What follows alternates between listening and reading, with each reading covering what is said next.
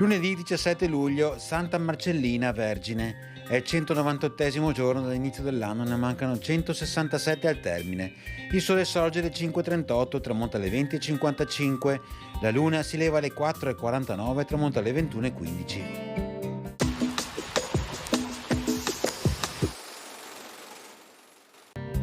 Il Senato Veneto decreta la costruzione della nuova pescheria di Rialto. Per far veramente comodo il luogo della pescaria, siano atterrati gli edifizi del Canton della Frutteria fino al Canton del Rivo della Beccaria e da un capo all'altro sia fatta una riva la quale serva al traghetto del Santa Sofia, alla pescaria e a quelle persone che conducono polli e altro dalla terraferma.